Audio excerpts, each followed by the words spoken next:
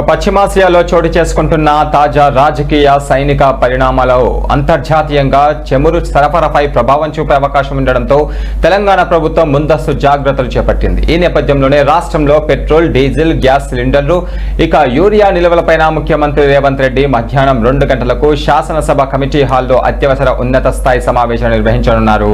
యుద్ధ వాతావరణం వల్ల భవిష్యత్తులో ఇంధన దిగుమతులకు ఆటంకం కలిగితే రాష్ట్రంలో కొరత తలెత్తకుండా ఎలాంటి చర్యలు తీసుకోవాలి అనే అంశంపై ఈ సమావేశంలో ప్రధానంగా చర్చించబోతున్నారు.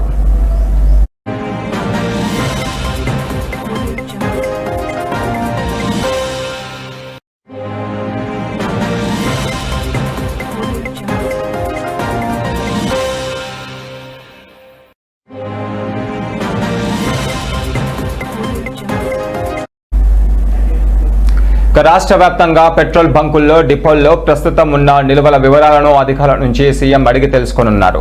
సామాన్య ప్రజలకు అందుబాటులో ఉండే విధంగా చూసుకోవాలని చెప్పారు. ఇక ప్రజలకు ఎల్పీజీ సిలిండర్ సరఫరాలో అంతరాయం లేకుండా చూడాలని అధికారులను ఆదేశించామన్నారు. అలాగే సాగు సీజన్ దృష్ట్యా యూరియా, ఇతర ఎరువుల నిల్వలను కూడా సమీక్షించబోతున్నారు.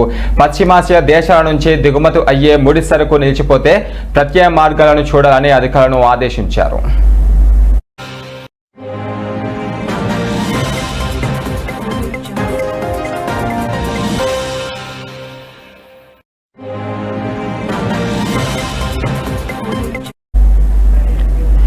ఇక ఈ సమీక్ష సమావేశంలో మంత్రులతో పాటు పౌర సరఫరాలు, ఇంధన శాఖల ఉన్నతాధికారులు పాల్గొనబోతున్నారు.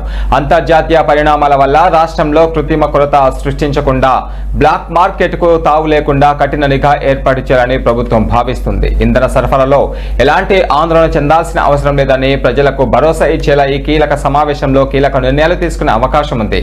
ఇప్పటికే రాష్ట్రంలో పెట్రోల్, డీజిల్ కొరత ఏర్పడుతుందేమన్న వదంతులతో ప్రజలు పరేషాన్ అవుతున్నారు. బంకులకు క్యూ కట్టి ఫుల్ ట్యాంక్ చేయించుకోవడంతో దాంతోపాటు క్యాన్లను పెట్రోల్, డీజిల్ ను కొనుక్కొని వెళ్తున్నారు. కొరత భయంతో ముందుగానే అధిక మొత్తంలో కొనుగోలు చేయడం వల్ల నో స్టాక్ బోర్డులు పెట్టాల్సి వస్తుందని రాష్ట్ర పెట్రోలియం డీలర్లు అసోసియేషన్ ప్రకటించిన విషయం తెలిసిందే.